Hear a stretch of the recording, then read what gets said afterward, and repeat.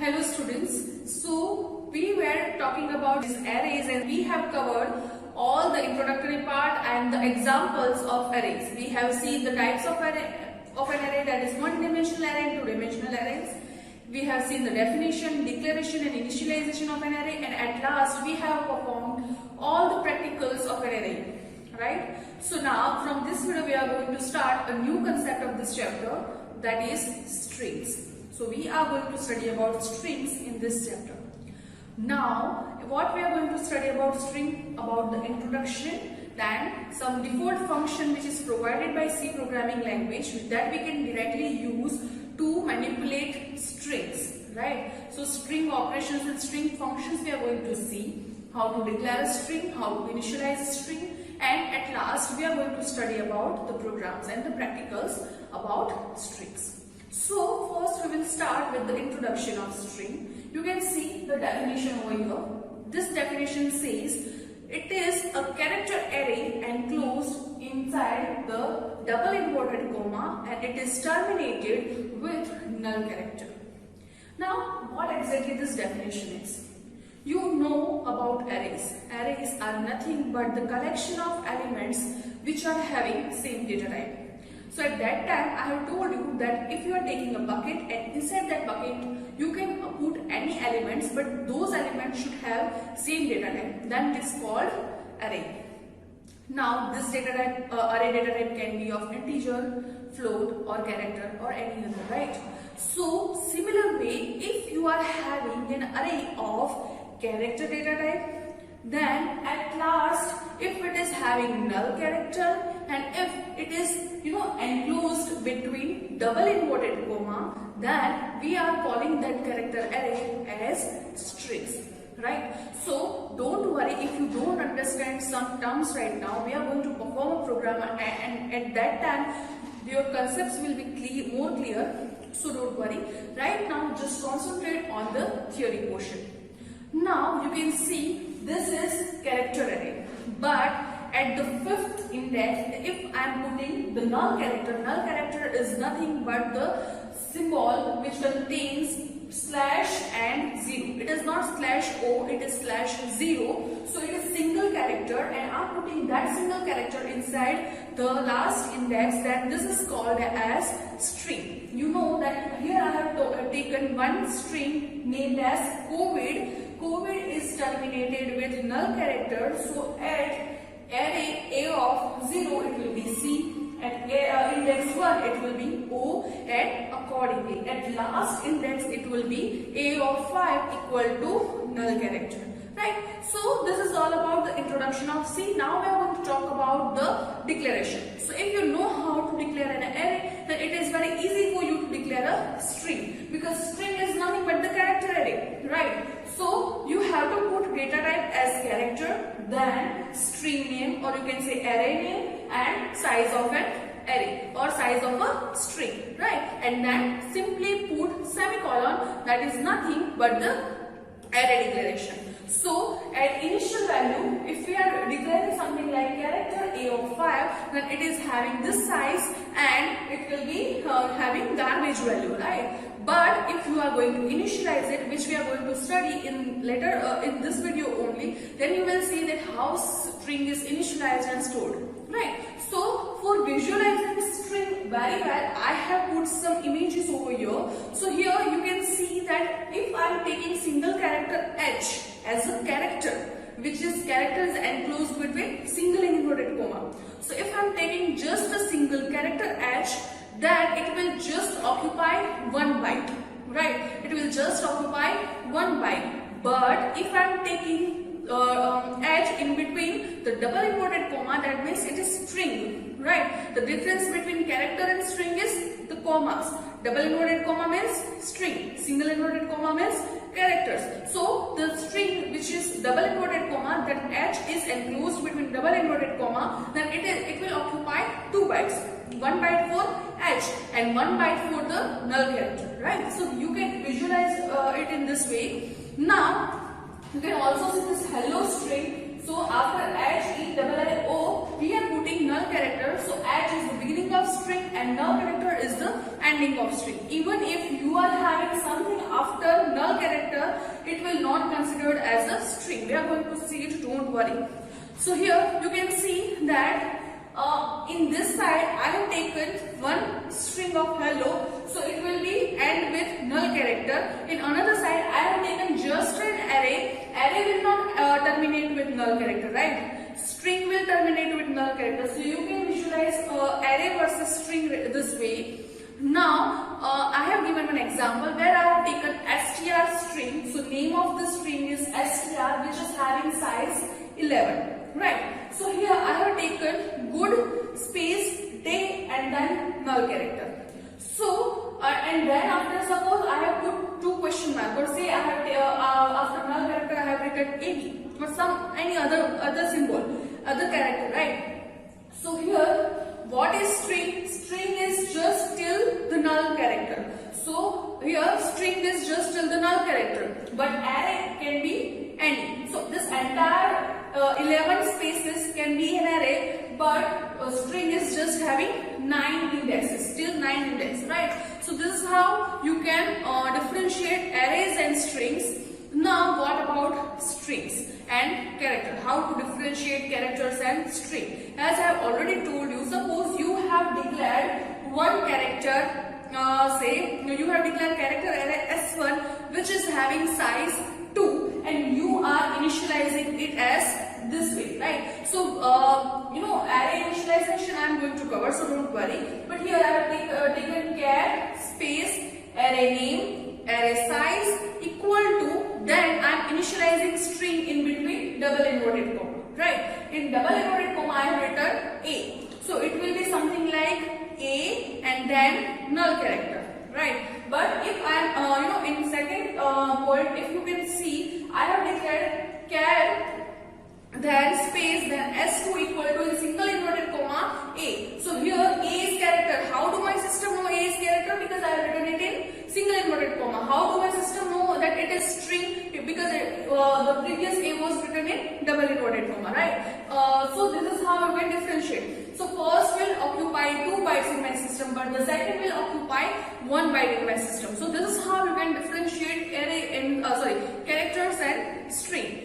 So first is character, second is string, and in third I have not written anything in between double inverted comma. That means it is just having null character. That is that's why we call it null string, right? Now string initialization. So like array, string can also be initialized in 2 ways.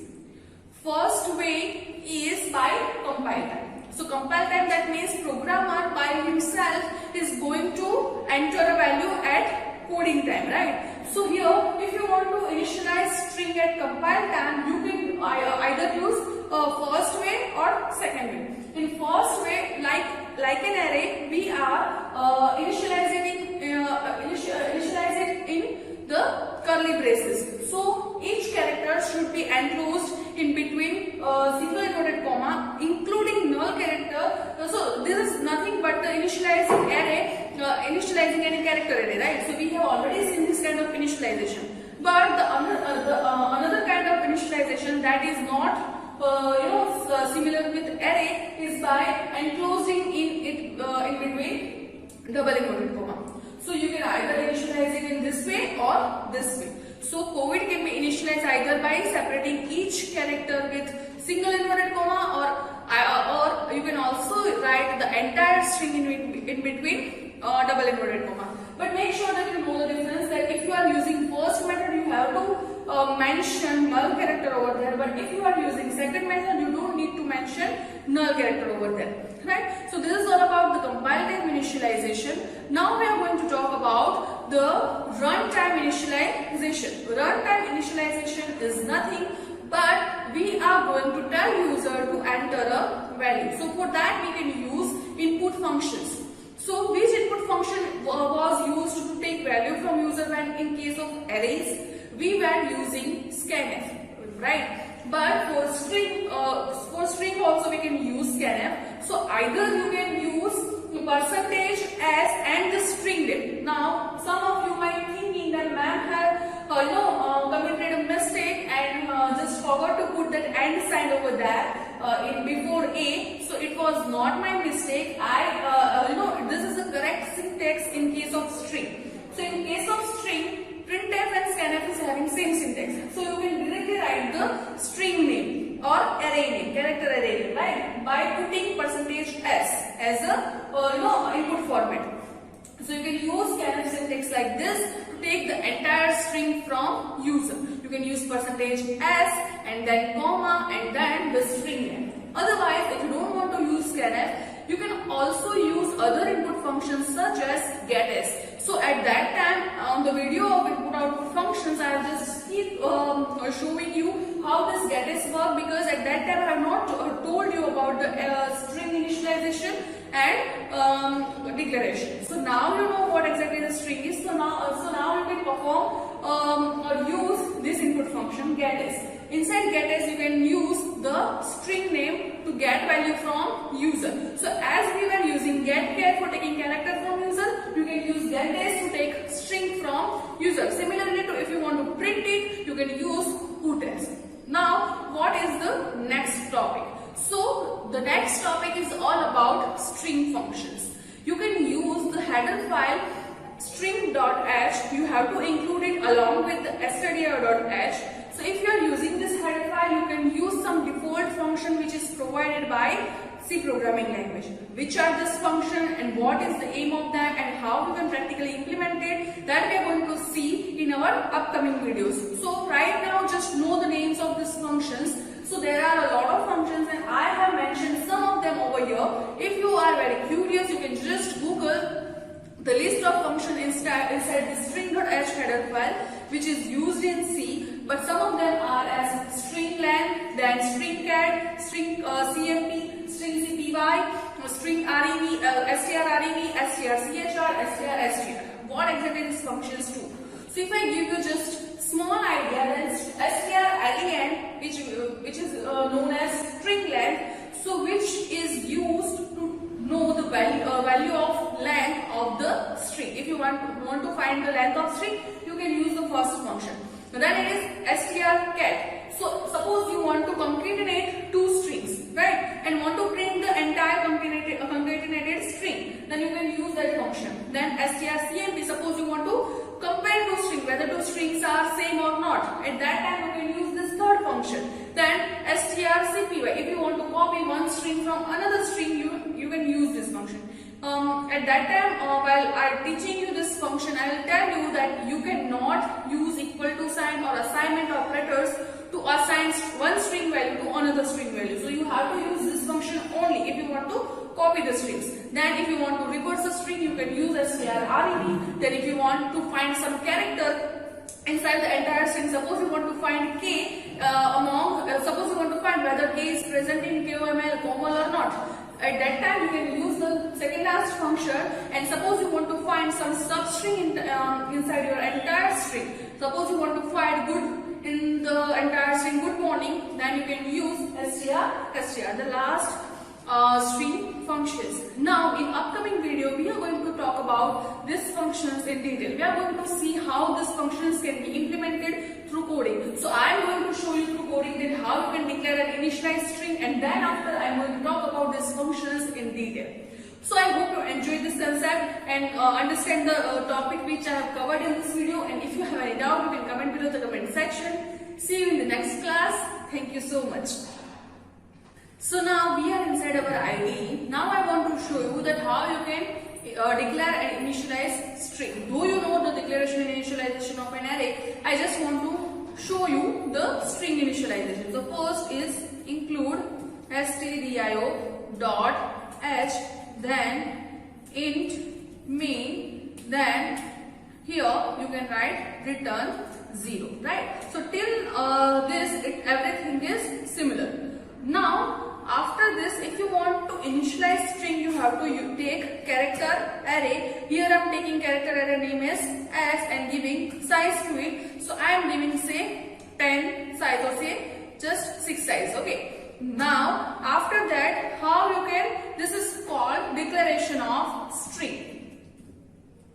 So this is called as declaration. Now what if you want to initialize it? If you want to initialize this string, you can use, let me show you it in another way. So let me just comment this over here, and here if you want to initialize it in first method, you have to use curly braces, and then inside this you have to write say good. So for that I am using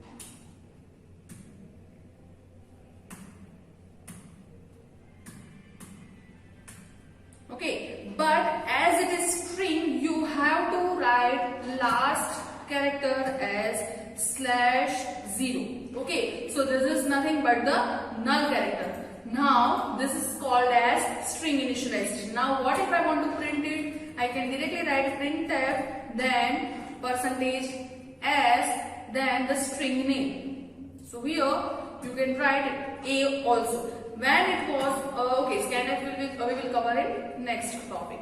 So here strings and save. If I compile this and execute it, you know, good is printed. You can see that the null character is not printed over here. Just good is printed because I have initialized it. So this is the first way you can initialize it. If you want to see the result of the second way of initialization, then let me just comment everything, and here you can directly write something as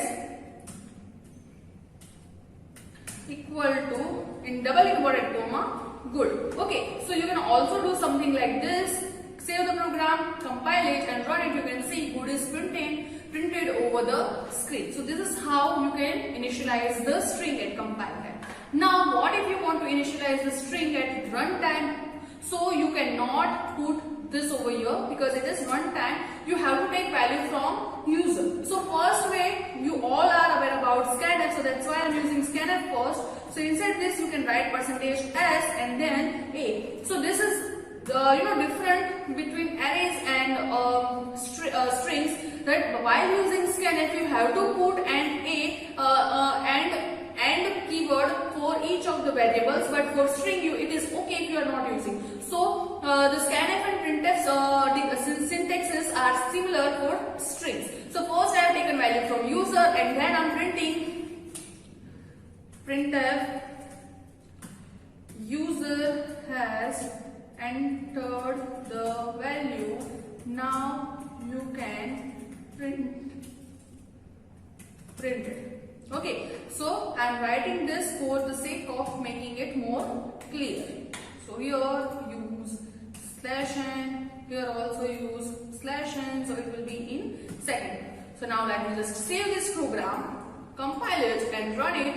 You can see first it is asking me to enter something. I am entering my name Komal. You can see user has entered the value. Now you can print it and Komal is printed. So this is how you can use the code. This is how you can use this code to take value from user, that is runtime initialization, and then to print those value on screen. Now what are some other ways other than this? You can also use getIs function, getIs input output function, in which you have to pass the name of an array or string. So I am simply passing a. So because of this function, user will be able able to enter a name. So here again save it, compile it and run it. Here I am using Komal.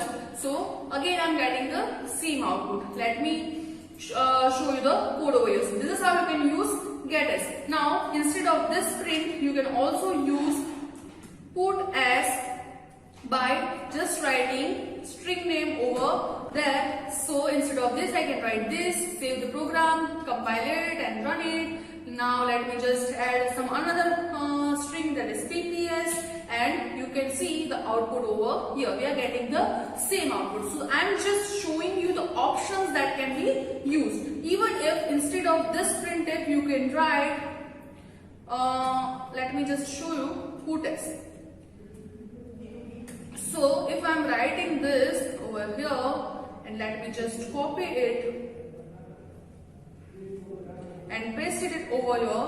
Let me just save this program, compile it and run it. Now I can enter division 3. So you can see it is printed. So you can use putS as well. But what is the difference between putS and getS? Here you cannot use something as percentage s and any string name. This is incorrect with putS. So don't ruin it, right? So understand the syntax of getS and putS. You can use it in substitute of other functions. So this is how you can declare and initialize strings, and this is all about the strings.